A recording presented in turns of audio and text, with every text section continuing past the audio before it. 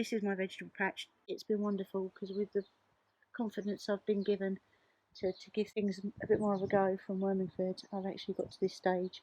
It's protected with netting on the sides and on the top from any animals or birds getting into it. The cage he's made has actually been made out of just bits and pieces we found in the garden. Probably recognise the apex of the swing, a bit of old rope, some poles and a bit of knitting.